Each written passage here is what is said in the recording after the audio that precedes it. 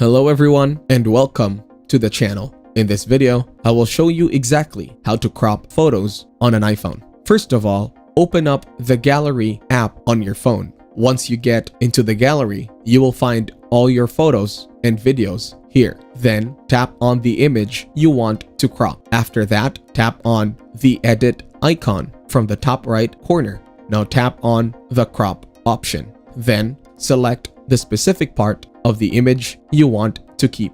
Once you adjust the size of the image and when you are satisfied, tap on the Done button from the top right. Now the image is cropped successfully. If you want to reset the image to its original state, to do that, revert option from the top right corner, and then your image will be cropped.